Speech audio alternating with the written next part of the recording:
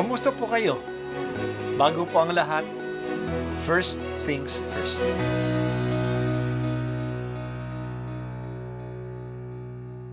Good morning po. Sinisimulan po natin ngayon ang first things first. At dito po, tinatalakay natin sa unang bahagi ng umaga natin ay ang first readings na binabasa po sa banal na misa. Ito pong tinatalakay natin kasi madalas po kasi marami na tayong alam tungkol sa gospel readings. Pero konti po ang nagsasalita sa first readings. Pero ang first readings, bahagi din po yan ng Biblia, ng banal na kasulatan.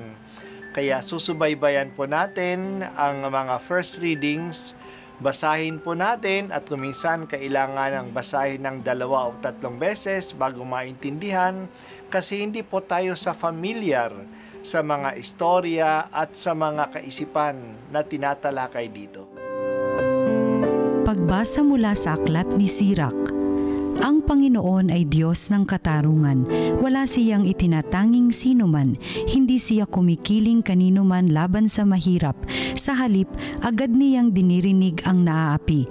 Lagi niyang dinirinig ang daing ng ulila. At ang pagsusumamo ng balong nagsasaysay ng nangyari sa kanya. Kinalulugdan ng Diyos ang naglilingkod sa kanya ng buong puso. Ang panalangin nito'y agad nakakaabot sa langit. Ang dalangin ng mapagpakumbaba ay lumalampas sa mga ulap at hindi tumitigil hanggang di dumarating sa kinauukulan. Hindi humihinto hanggang di pinapansin ng kataas-taasan at iginagawad ang katarungan na nasa katuwiran. Ang salita ng Diyos. Ang isang nakakaasar sa buhay natin ay ang mamasdan ang favoritism. Maging iyan ay sa pamilya, sa school, sa trabaho, sa gobyerno o sa simbahan man. Mas nabibigyan ng pabor ang mga magagaling, ang mga mayayaman, ang magaganda, ang sunod-sunuran o ang mga sipsip. Kawawa naman ang mga mahihirap, ang mga mahihina ang ulo, ang mga hindi nakakatawag ng pansin. Hindi sila nabibigyan ng halaga. Hindi nga sila pinapakinggan. Iba ang Diyos. Kung may kinikilingan man siya, iyan ay yung mga isinasantabi, tulad ng mga ulila, mga balo, mga mahihirap, mga inaapi. Sinabi ni Sirach na sila ang pinapansin ng Diyos. Ang kanilang mga dasal ay pinapakinggan niya.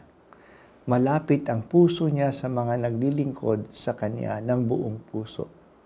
Tumatago sa langit ang dasal ng mga mababa ang loob. May mga tao na na-o-offend sa idea ng Church of the Poor, simbahan ng mga dukha. Paano naman daw ang mga mayayaman? Bakit papahalagahan ang mga mahirap ng simbahan?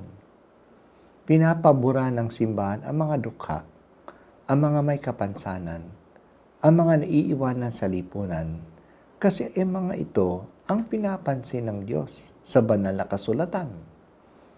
Kinakatigan ng Diyos ang mga dayuhan, ang mga balo, ang mga ulila, ang mga dukha.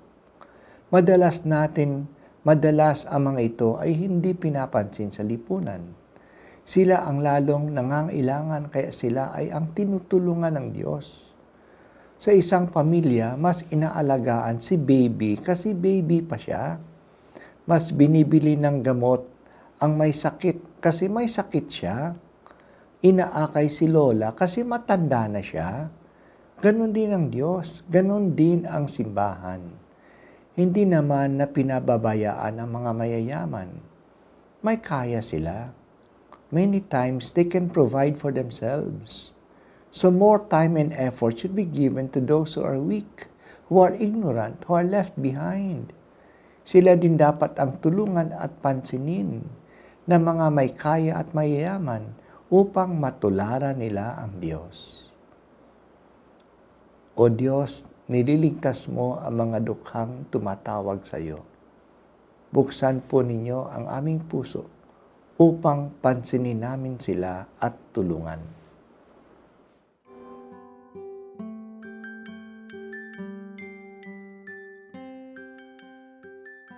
At Ako po ay si Bishop Broderick Pabilio dito sa First Things First.